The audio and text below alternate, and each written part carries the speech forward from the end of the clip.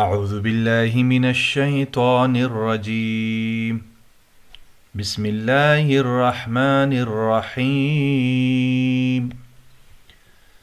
والضحى والليل إذا سجى ما ودعك ربك وما قلى وللآخرة خير لك من الأولى ولسوف يعطيك ربك فترضى ألم يجدك يتيما فآوى ووجدك ضالا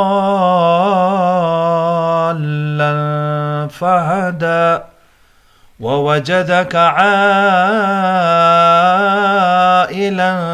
فأغنى فأما اليتيم فلا تقهر وأما السائل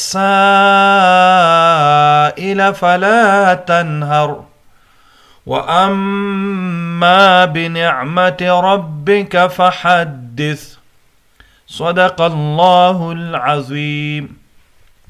ناظرین، سورہ ضحیٰ کے اندر اب ہم جو قوانین ہم نے پڑھے ان کا اجرا کریں گے۔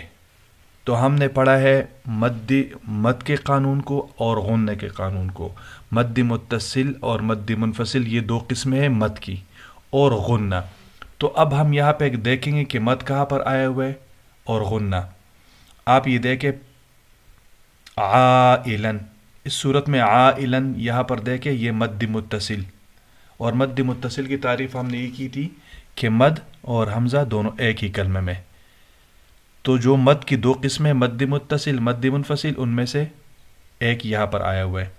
فَأَمَّا یہاں پر غنہ ہوگا۔ غنہ کیوں ہوگا کہ غنہ کی تعریف ہم نے پڑھا ہے کہ نون مشدد اور میم مشدد پہ ہمیشہ غنہ ہوگا، تو یہاں پر میم مشدد ہے۔